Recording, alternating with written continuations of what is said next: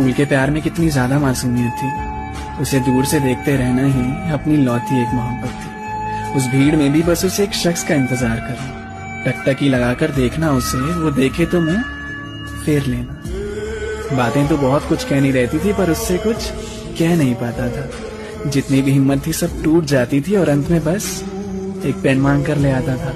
मेरी full attendance का श्रेय भी उस एक शख्स को ही जाता है।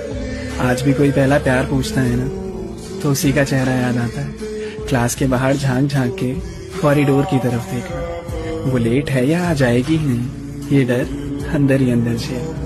बेंच भी ऐसी सेट कर रखी थी कि बोर्ड से ज्यादा वो नजर आए। तब तो केवल एक ही सपना देखा था मैंने कि मेरी क्रश का मुझ पे क्रश हो जाए। बर्थडे उसका होता था पर दोस्त पार्टी मुझसे मांगते थे। नोट्स मांगने के अलावा और कोई बात हुई नहीं, लेकिन फिर भी वो उसे सारे अपनी भाभी मानते थे।